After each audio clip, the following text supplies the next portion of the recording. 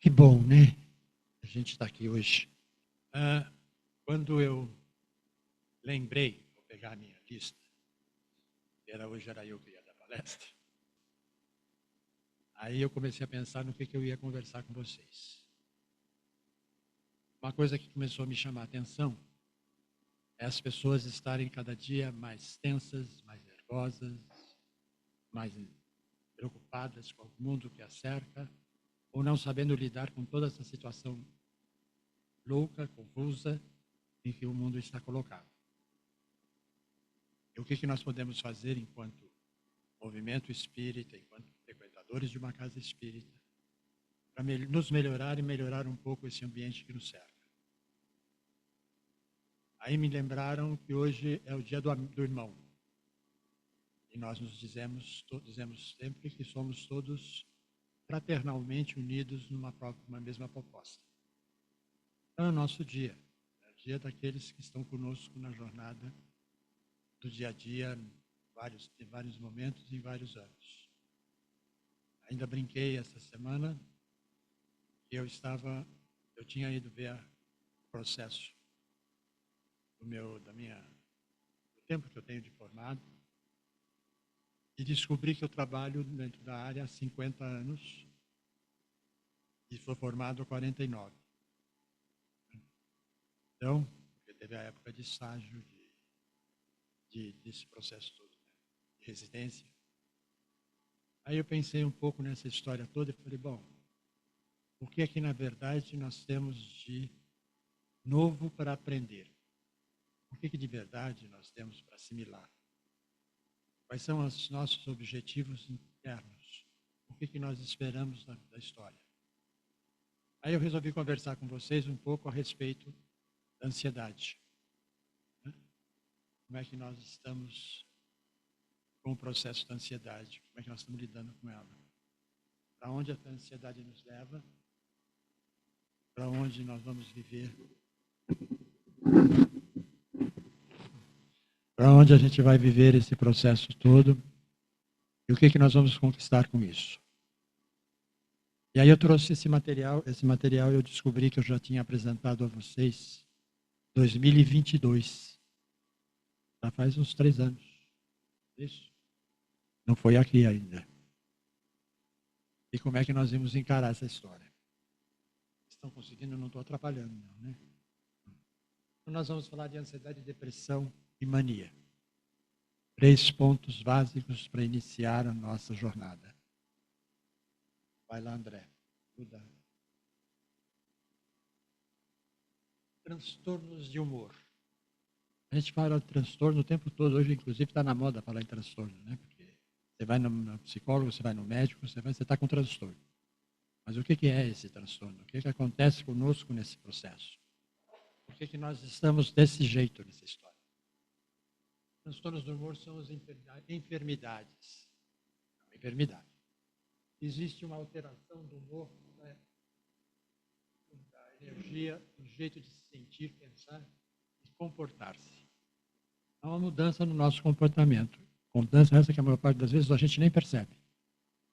Nós estamos diferentes e não estamos percebendo.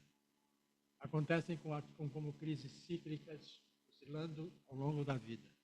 Então tem sempre alguns momentos em que a gente oscila e entra nesse processo.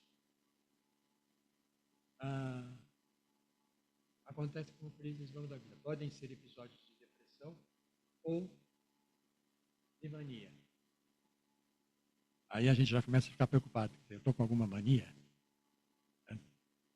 Tem aquela mania da pessoa que está conversando com você ao lado numa mesa e começa a bater a caneta, bater alguma coisa, ou está sempre fazendo um movimento, e ela nem mais percebe que ela está fazendo aquilo. Porque ela está trabalhando a ansiedade. Na depressão, a pessoa sente tristeza exagerada e desânimo. Na mania, um aumento de energia e euforia anormal.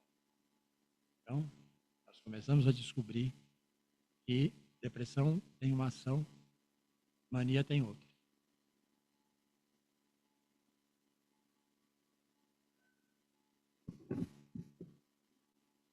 sintomas de euforia, depressão, podem variar de um paciente a outro.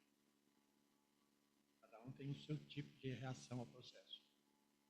E no mesmo paciente, isso no mesmo paciente. Ao longo do tempo, muitas vezes confundindo, bem como aos seus familiares.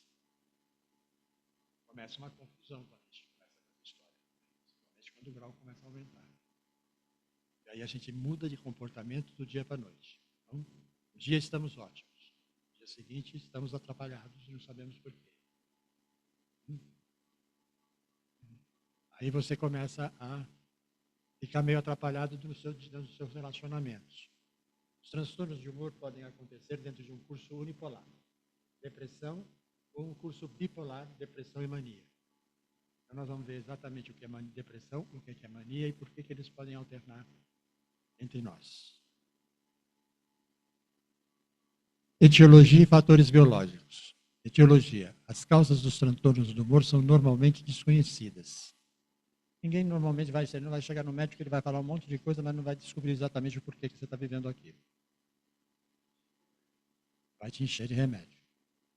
Fatores biológicos. A noradrenalina e a serotonina são dois neurotransmissores mais envolvidos na fisiopatologia dos transtornos de humor. Estudos apontam inúmeras causas, entre elas a diminuição do hormônio da tireoide. Certo? Aí um monte de exame que você tem que fazer e depois tomar um remédio para isso.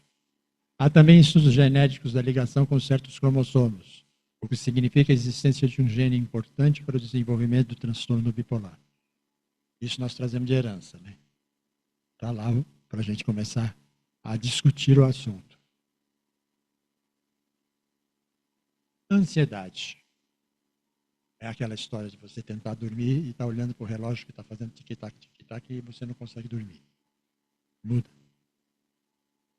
Ansiedade é a sombra lançada pela consciência humana. Já começa a complicar aí.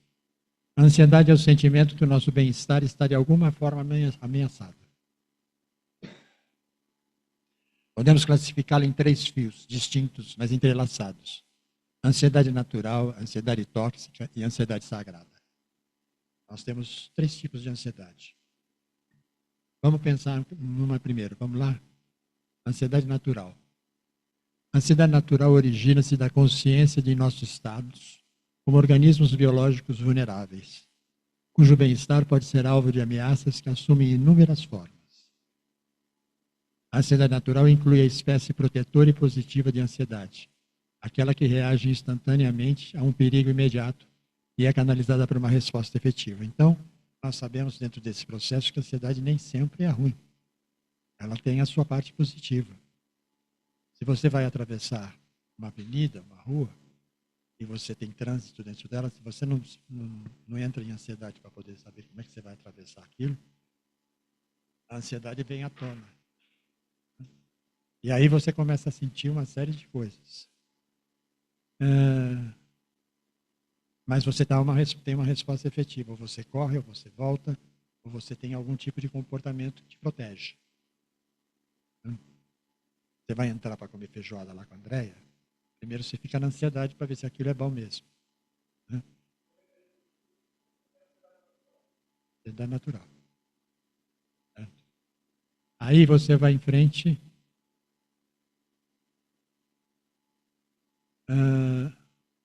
Aí você encontra a ansiedade tóxica. Tudo que é tóxico é meio ruim, né? Ela foi chamada de o medo do próprio medo, ou ansiedade diante da ansiedade. Ela se desenvolve quando recusamos a enfrentar nossas ansiedades natural e sagrada. Consciente ou não, essa recusa enterra nossas ansiedades verdadeiras, que ressurgem de novo de maneira altamente destrutiva. Tem origem no condicionamento passado, traumas e experiências de ansiedade não solucionadas. Passa. É medo de ter medo. É a ansiedade da ansiedade. Você começa a sentir uma série de coisas, aí você está com medo de ter ansiedade ou entrar na ansiedade, você bloqueia e nega a situação. Depois que você nega a situação, aquilo vai se transformando dentro de você num movimento muito negativo. E aí você começa a somatizar o processo. Aí você tem problemas de estômago, você tem problemas respiratórios, você tem uma série de problemas que vão aumentar com essa ansiedade. Mas ainda nós vamos mais longe ainda, nós vamos para a ansiedade sagrada. Ansiedade sagrada, ingressamos nesse terreno quando confrontamos a realidade da morte e as questões que se relacionam aos nossos valores e crenças mais básicos, o próprio significado e propósito de nossa vida. Quando nós começamos a encarar que, primeiro, que nós um dia vamos morrer, segundo, que as pessoas à nossa volta também vão morrer, e que quando nós perdemos ou começamos a ter medo de perder alguém, nós começamos a somatizar uma série de coisas no nosso corpo. E aquilo nos deixa tensos, nervosos.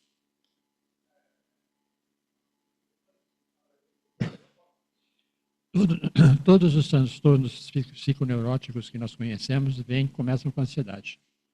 Eles nascem na ansiedade. Eu ainda discuti isso com a Rose hoje. Na verdade, você começa a sua jornada trabalhando em cima daquela ansiedade que você tem, em cima da sua ansiedade natural.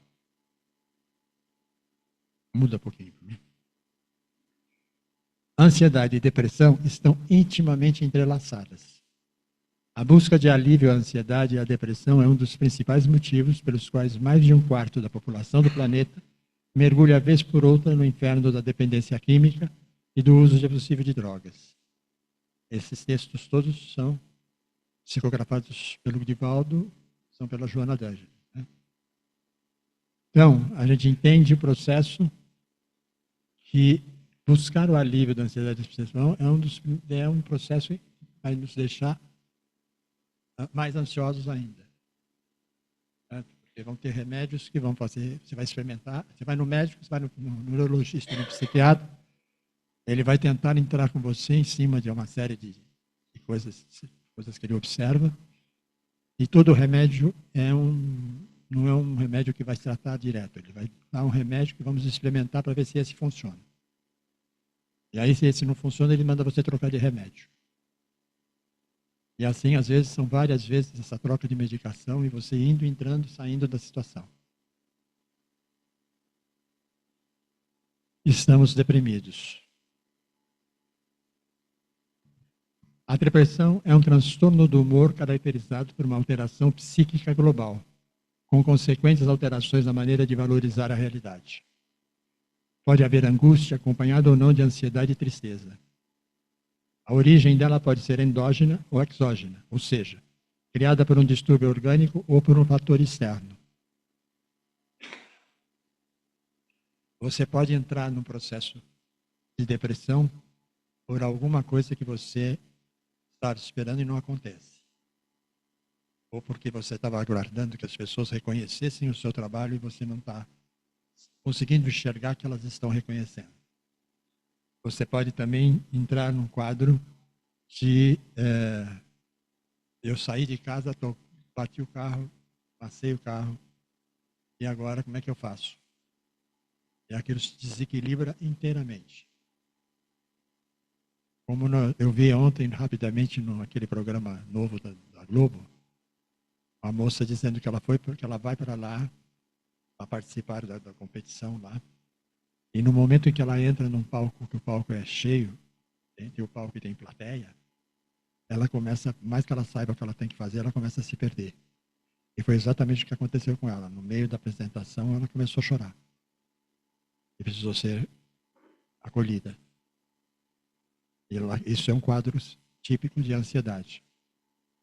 Ela não consegue lidar com a multidão e não consegue lidar com o processo dela estar sendo observada por todas as pessoas. Isso é uma origem endógena. Exógena é você estar com algum problema no seu organismo que começa a mexer com você. Então você recebe a notícia que você está com um tipo de câncer. A primeira reação é depressiva. Ou pode te levar a uma ação de mania. Você começa a entrar no esquema de estar assim, excessivamente mobilizado. As pessoas deprimidas apresentam um quadro de sofrimento intenso, caracterizado via de regra por insatisfação E como decorrência dessa, o tédio, a rebeldia, a revolta contra Deus, o egoísmo e etc. As famílias nas quais existem pessoas deprimidas passam a viver em função destas. Isso é uma codependência. E é real. Você pega uma pessoa com um desses quadros, que ela está dentro da sua casa, ou ela não consegue fazer as coisas, ou ela não consegue reagir. Quando você vê, você está totalmente dependente de ficar ali cuidando e tentando fazer com que ela melhore. Isso gera também ansiedade. A causa profunda desses sofrimentos íntimos não está realmente na situação atual. Isso a gente precisa parar para pensar, que mexe conosco. Nas conjunturas do meio ambiente, no estado de saúde ou doença, embora tudo isso possa ter um peso considerável, mas no espírito fraco, que carrega suas imperfeições e conflitos que hoje ressurgem através de estados de tristeza, angústia, ansiedade ou revolta, e que evidencia a culpa e a carência emocional e espiritual. Então a gente tem os germes lá dentro. E as coisas que acontecem à nossa volta, os processos que nós vivemos, podem fazer com que isso se desperte. E nós entramos nesse quadro e começamos, se nós não temos uma orientação e se não temos uma convivência com algum lugar ou alguém que possa nos ajudar nisso, vai chegar uma hora que as coisas se perdem. Então, grande número de depressivos não consegue aceitar ou administrar perdas que a vida lhe impôs. Quando uma pessoa cultiva uma fixação mental e emocional em alguém que passa a ser responsável pela sua felicidade ou desgraça, isso pode desaguar num autêntico processo obsessivo de encarnado para encarnado. E isso acontece. Você pega alguém que quer tomar conta da sua vida, que se intromete na sua vida, e que você começa a dar um valor enorme àquilo que a pessoa está fazendo. E aí você não anda, você não cresce, a pessoa fica ali presa e nós criamos uma codependência. Ficamos doentes juntos. Sem que a gente se aperceba, já aconteceu. Aí tem um pouco de gente atacada. Vocês têm sempre alguém querendo acabar com alguma coisa, acabar consigo mesmo, e vão vivendo. Vamos em frente. Quais são os sintomas da depressão? Tristeza, angústia, sensação de vazio, irritabilidade, desespero, pouco ou nenhuma capacidade de sentir prazer, cansaço, desânimo, falta de energia física e mental, falta de concentração, lentidão de raciocínio, memória ruim.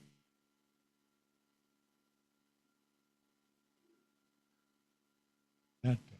Pelo menos metade delas nós já sentimos. Pois é. Falta de energia física e mental. O que muitas vezes te deixou nervoso, te deixou tenso, que fez com que você estourasse com quem você não queria estourar, e acaba criando problemas que você não entende depois. Todas as vezes que ele se instala, a resolução não é fácil, mas ele não é constante. Então, tem épocas da vida que você passa ótimo, e tem momentos em que você recai. Aí porque alguma coisa tocou em você e você não conseguiu resolver. Até que você vai e resolve aquilo de alguma forma, você sai da ansiedade de novo. Agora, se isso começa a ser constante, porque você se entrega ao processo, aí vira uma patologia mais séria.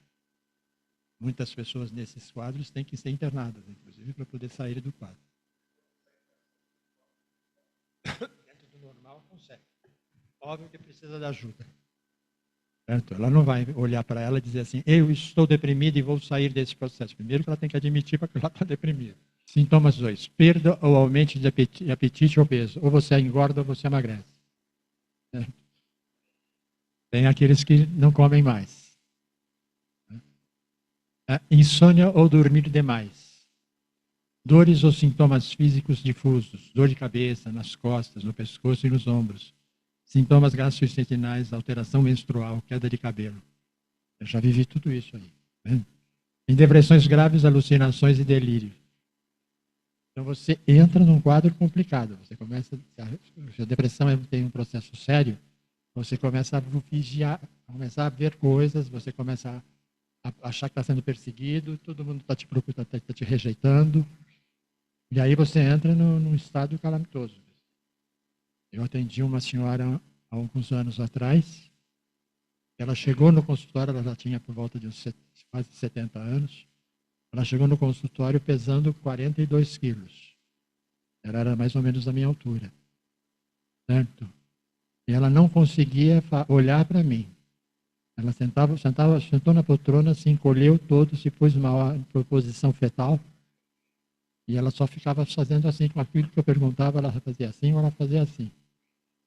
E durante quase um mês foi essa conversa que eu consegui ter com ela. Até que um dia ela resolveu olhar para mim e falar o que estava acontecendo com ela. E o medo dela era tão grande, o desespero dela era tão grande, que ela não conseguia, tudo estava ameaçando. E foi uma luta de algum tempo, de alguns anos, para começar a reagir. Não é um processo fácil. Vamos lá. Sintomas 3. Também se dá muito em quadros depressivos. Sentimento de culpa e fracasso, inutilidade, falta de sentido na vida. A pessoa entra no ninguém me ama, ninguém me quer, eu ando pela vida de fracasso em fracasso. Já dizia a música antiga. Pensamentos negativos, pessimismo, ideia de doença, de morte, suicídio. Falta de vontade, falta de iniciativa e interesse, apatia.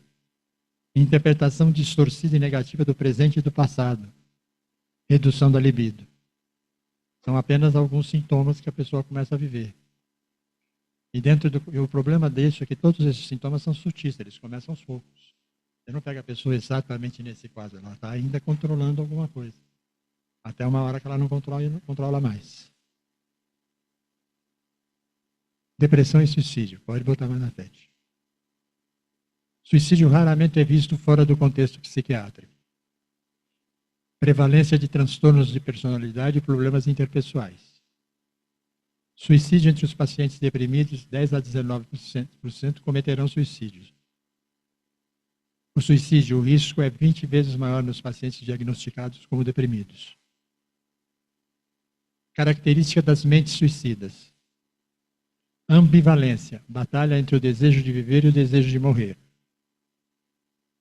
Impulsividade, o impulso suicida geralmente desencadeado por fatos negativos do dia. Pode durar alguns minutos ou horas. Rigidez, pensamentos, sentimentos e ações constritos. O suicídio aparece como única solução para os problemas. E essa é uma realidade. Nós temos um exemplo, já não sei se já lembra, isso faz já por mais de quase 50 anos, né? Mas tudo bem. Nós tínhamos um companheiro que frequentava a casa e ele vinha em companhia da mãe, ele trazia a mãe. E morava pertíssimo do Cáritas. E ele era uma pessoa, assim, com uma série de dificuldades e problemas, mas ele tinha como desculpa que ele tomava conta da mãe. Então ele se protegia atrás dela. E ela fazia o papel que ele queria que ela fizesse, que era de protetora. Ele tinha sido rejeitado por uma série de pessoas em volta dele. Ele tinha dificuldades de se posicionar no trabalho. E ele ia para um curso que nós estávamos, um curso básico no Cáritas, e deixava todo mundo louco durante o curso. Tudo ele questionava, tudo ele negava, tudo ele punha defeito. E às vezes ele dizia para a pessoa que estava falando lá que ela não sabia nada. E assim foi durante algum tempo. Até que nós conversamos, ele ia conversar comigo no consultório. E ele veio, aí ele me trouxe a situação de vida dele, o processo de ser homossexual. Ele vivia esse processo porque a família dele não aceitava, os irmãos não aceitavam. E ele vivia essa negativa o tempo todo e tudo aquilo que tinha enfrentado na vida. O que aconteceu? Chegou um momento em que a mãe, por problemas orgânicos, partiu, faleceu. E ele entrou em pânico. Ele entrou completamente em pânico e começamos a trabalhar, né, esse processo.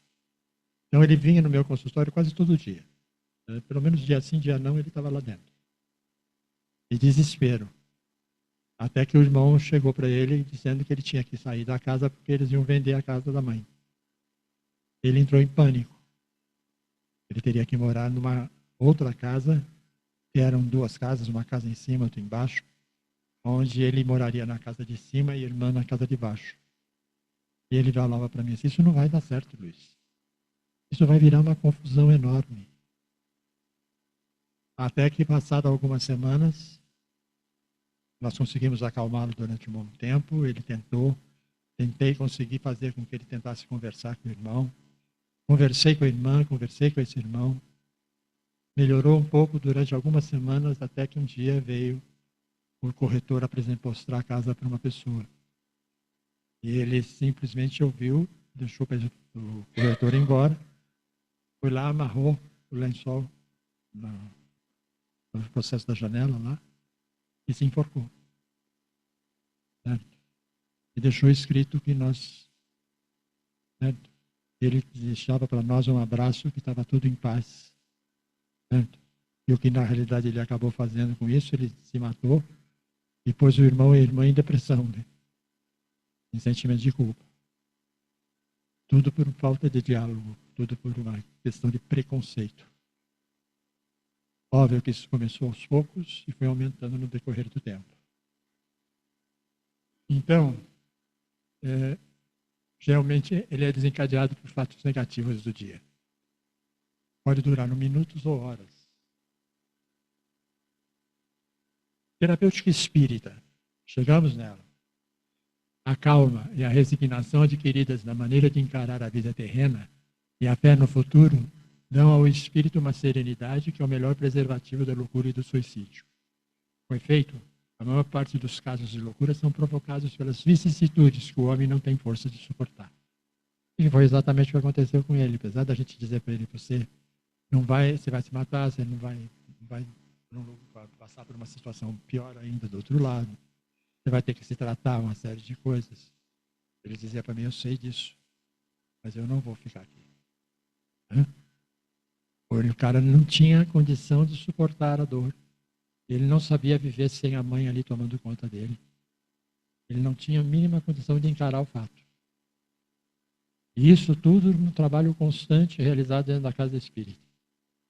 Dentro de uma terapia, dentro de um médico acompanhando, todos nós nos perguntávamos depois. A opção foi clara e objetiva. Era dele. Ele não tinha como aguentar a nova situação. Então, nós temos que sempre parar e pensar nisso. Nós vamos acolher as pessoas aqui, muito provavelmente várias vezes.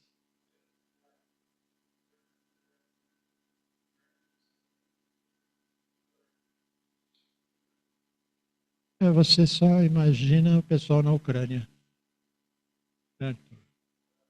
Em Gaza, em outros lugares do mundo em que as pessoas estão sendo mortas aleatoriamente, certo?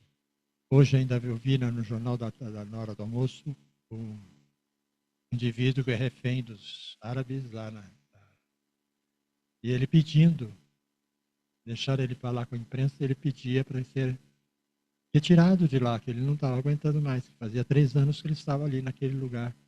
E uma hora que mostraram o lugar, era um lugar horroroso. Certo? Esse está em depressão já crônica. Então, uma grande arma é o nosso evangelho, desde que a gente saiba utilizá-lo. A calma e a resignação adquiridas da maneira de encarar a vida terrena e a fé no futuro dão ao espírito uma serenidade que é o melhor preservativo da loucura e do suicídio. Isso eu já li. Se, portanto, graças à maneira por que o espiritismo faz encarar as coisas mundanas, ele recebe com indiferença e até mesmo com alegria os reveses e as decepções que em outras circunstâncias o levariam ao desespero. É evidente que essa força que o eleva acima dos acontecimentos preserva sua razão dos abalos que poderiam perturbar. Outras palavras, quando nós começamos a entender o Espiritismo e nós estamos vivendo com ele e as propostas que nos foram trazidas, nós aprendemos que tudo é uma questão de ação e reação. E que nós podemos lidar ou não com aquela situação dependendo da nossa vontade e da nossa condição. Quando a gente enfrenta o processo e entende isso, entende que a vida continua, que a gente não morre, a gente só passa de vaga, de lugar, E nós transformamos o nosso pensamento em algo positivo, a gente transforma a nossa vida. É óbvio que falar é fácil, mas não é tão rápido assim, mas a gente vai conseguindo. Nós vamos transformando o nosso ser. E as adversidades nos tocam, mas nós acreditamos na força divina que vai ajudar a gente a vencer aquilo. E uma hora essa coisa acontece. Em vários momentos a gente vê a vida se transformando. Porque acreditamos em algo, acreditamos que somos capazes e que podemos preservar a nossa situação frente aos abalos que a vida nos traz. Aí nós vamos entender agora um pouquinho da mania. Vamos lá? Transtorno bipolar, mania, depressão. Então vocês vão pensar um pouquinho agora quando vocês brigam com alguém ou vocês estão com raiva de alguém que você diz, esse cara é bipolar. Então vejam o que vocês estão falando para ele. O termo mania significa um estado mental alterado em que a pessoa se sente eufórica, acelerada e ou muito irritada, podendo tornar-se agressiva verbal e fisicamente. Ocorrem agitação ou inquietação, aumento de energia e redução da necessidade de sono. Os pensamentos aceleram-se, aumenta a quantidade de ideias. A pessoa não consegue falar tudo o que vem à mente ao mesmo tempo. Não consegue manter a atenção em um único tema. Começa a fazer muitas coisas ao mesmo tempo e não consegue terminar. Alegria exagerada ou grande euforia ou mesmo agitação incômoda e sofrida. Quantos de nós já não viveu rápidos quadros disso? Quantas vezes nós já não entramos e fomos bipolares na nossa atividade? Surgem autoconfiança e otimismo extremos, sensação de poder, inteligência e riqueza. Planos irreais vêm à mente, ocorrem gastos excessivos, endividamento, negócios irresponsáveis ou precipitados. Na esfera sexual aumenta a libido, a desinibição e o erotismo. A pessoa não percebe as mudanças ocorridas em seu comportamento e não as vê como inconvenientes, ridículas e às vezes incômodas para as outras pessoas. Ela sai do ar. Ela é bipolar porque em um momento ela está alegre, outro momento ela está triste, em um momento ela está eufórica, outro momento ela não está. No momento ela está agressiva, no outro momento ela está te agredindo. Quem convive e vive com essa pessoa sabe, além de tudo, quanto é difícil. É uma dificuldade grande a gente conseguir viver nesse processo. Temos que ter uma postura muito tranquila e fazer com que a pessoa se trate. Transtornos do humor na visão espírita. Joana de Ângeles. O transtorno de humor que resulta de distúrbios emocionais profundos ou superficiais se instala de forma sutil e passa a constituir uma expressão constante no comportamento do indivíduo. Se a gente não para e não observa isso e vai deixando a coisa acontecer, chega uma hora que isso acontece em vários momentos. E você vai entrando mais profundamente na sua neurose. Nós temos duas situações que são muito importantes, a neurose e a psicose. A neurose é aquele processo do dia a dia onde você desenvolve uma série de comportamentos e você nem sabe explicar de onde você tirou aquilo. Mas se você é posto na parede, você explica aquilo com uma maravilha. Certo? E você torna aquele comportamento totalmente instável. A psicose é quando o processo médico precisa entrar em ação, que já afetou a sua parte neurológica e outros processos do seu corpo. E você sai da sua nitidez, ou da sua realidade atual. Você já não fala coisa com coisa. Aí você tem um quadro psicótico.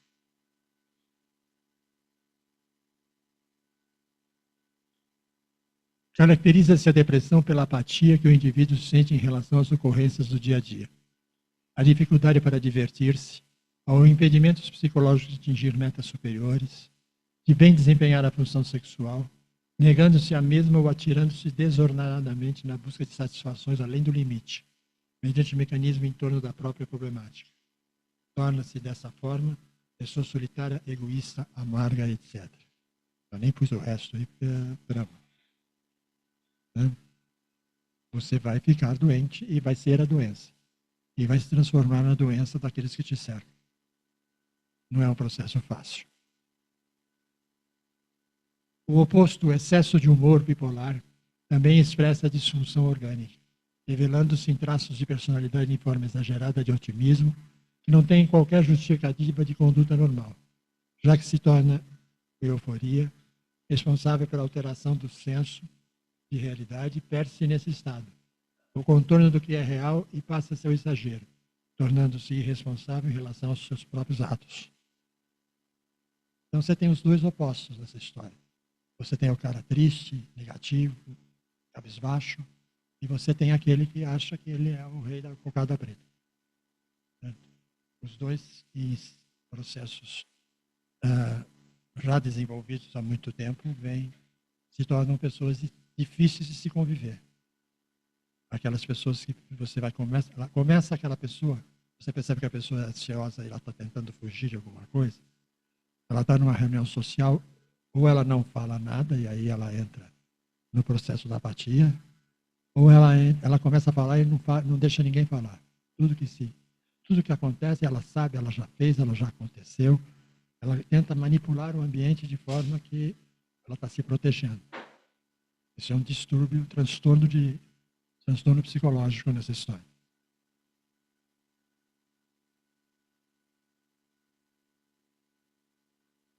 Moral e transtorno mentais. Esse é Emmanuel. O nosso pensamento cria a vida que procuramos, através do reflexo de nós mesmos, até que nos identifiquemos um dia, no curso dos milênios, com a sabedoria infinita e com o infinito amor, que constituem o pensamento e a vida de nosso Pai. Pensamento e vida. Não só relembrando a todos, que a maior parte das coisas que acontecem nesse quadro todo que eu acabei descrevendo, começam por nós mesmos. Nós não enfrentamos as situações e fugimos delas, seja pela dor, seja pelo humor, mas não encaramos o que a vida está fazendo conosco. Vamos ver o próximo. Esse é Eurípides Bazanufo. Na retaguarda dos desequilíbrios mentais, sejam da ideação ou da afetividade, da atenção e da memória, tanto quanto por trás das enfermidades clássicas, como as esquizofrenias, permanecem as perturbações da individualidade transviada do caminho que as leis divinas lhe assinalaram à evolução moral. Isso está em mecanismos da mediunidade. É uma coisa sempre pensada do que nós estamos fazendo conosco mesmo. Como é que a gente gera a nossa vida? De que maneira nós estamos nos postando frente àquilo que estamos construindo? Nós estamos construindo positivamente ou estamos construindo a tempestade que nós vamos enfrentar amanhã? Terapia. O Evangelho segundo o Espiritismo, que nós já falamos. É de relevante importância para o enfermo considerar que não é doente, mas que se encontra em fase de doença, trabalhando-se sem autocomiseração nem autopunição para reencontrar os objetivos da existência. Sem o esforço pessoal, muito dificilmente será encontrada uma fórmula ideal para o reequilíbrio, mesmo que sob a terapia com neurolépticos. Não basta apenas eu ir procurar ajuda e entregar para o outro resolver o meu problema. Eu tenho que realmente querer resolver o meu problema. E para querer resolver o meu problema, eu vou ter que encarar a coisa. Eu vou ter que parar e olhar para mim mesmo e ver o quanto eu me machuco. E o quanto eu posso mudar isso. O encontro com a consciência, através de avaliação das possibilidades que se desenham para o ser, no seu processo evolutivo, tem valor primacial, porque o liberta da fixação, da ideia depressiva, da autocompaixão, facultando o campo para a renovação mental e ação construtora, uma bem orientada disciplina de movimentos corporais. Ou seja, nós estamos sempre em condição de desenvolver um trabalho onde ele pode reagir, mas ele tem que avaliar o processo que levou ele àquilo. Ele vai ter que encarar ele mesmo. Ele vai ter que ter força de vontade para vencer o processo. Nós podemos ajudar no que for, mas se não partir dele, ele não vai melhorar fácil. Temos outras alternativas, como terapia bioenergética, logoterapia, psicoterapia com profissionais especializados. Um grupo de ajuda, a criação de uma psicosfera saudável em torno do paciente, a mudança de fatores psicossociais no lar, e mesmo no ambiente de trabalho constitui valiosos recursos para a reconquista da saúde mental e emocional. Durante muitas situações, o paciente tem que ser tirado do meio onde ele vive, porque esse meio reforça a situação dele. Esse meio estimula ele a entrar em surto. quando ele consegue mudar o contexto social, a esfera, entra numa psicoesfera saudável, quando ele encontra na casa espírita um acolhimento que o ajuda a se sentir mais útil, ele começa a liberar e começa a conquistar a sua saúde mental. Quando atentamos para todos os sintomas e reações e para os processos de apoio e tratamento, confirmamos: a ansiedade, a depressão e a mania é uma doença bio, psico, sócio-espiritual. É real. Ela está em nós. E quando estamos inseridos dentro de um espaço onde todas as notícias nos chegam como situações trágicas, onde as pessoas estão sempre em deprê, como a gente brinca, nós não vamos conseguir nada, nem vamos conseguir sair da onde nós estamos, a não ser que a coisa se torne drástica. Então eu acho que nossa responsabilidade aqui hoje é exatamente encarar isso. Nós temos as ferramentas. Nós temos uma biblioteca que nos ajuda, nós temos pessoas que nos acolhem, nós temos os espíritos dando-nos atenção. Nós precisamos decidir o que nós queremos e o que nós podemos fazer para ficar melhor. Acho que esse é o papel do mundo espírita. Eu discutia isso com o André quando nós chegávamos aqui. Por que os jovens não estão indo à casa espírita? Ou por que eles, na realidade, vão buscar algum espaço onde eles vão tentar encontrar ajuda rápida? E sem negativa e sem crítica a isso, eles estão procurando aquilo que eles têm condição de ter. Porque nós, adultos, também não conseguimos nos posicionar com eles. Nem sempre conseguimos ser positivos ou conseguimos entender o que eles estão passando. Nem conseguimos entender o mundo que eles estão vivendo. Se nós imaginarmos, se eu, por exemplo, imaginar o que eu fazia na idade dos 15 anos de idade, certo? Ao que o pessoal dos 15 anos está vivendo hoje, eu já teria ficado louco há muito tempo hoje. Né?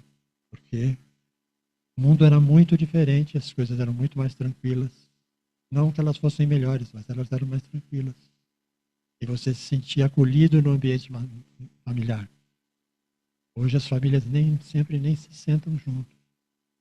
Ou estão sempre num ritmo louco, deslocado, onde ninguém sabe o que acontece com o outro. Só se acontecer alguma coisa trágica. Vamos pensar nisso e vamos tratar o nosso biológico, o nosso psicológico, o nosso social e o espiritual. Vira mais uma. Aí tem alguns livros que podem ser usados para que você possa entender melhor tudo isso que nós acabamos de dizer. Eu acho que alguns deles ainda tem aí. Só o e-mail que está escrito aí, que já está tão longe que já não existe mais há muito tempo. Mas podem buscar informação lendo a respeito de transtornos mentais da Sueli Schubert, Amor Imbatível, da Joana, Orientação Terapêutica, da Joana de Ângeles, Encontrando a Serenidade na Era da Ansiedade, do Robert Gerson. São obras muito interessantes para você começar a entender melhor esse mecanismo.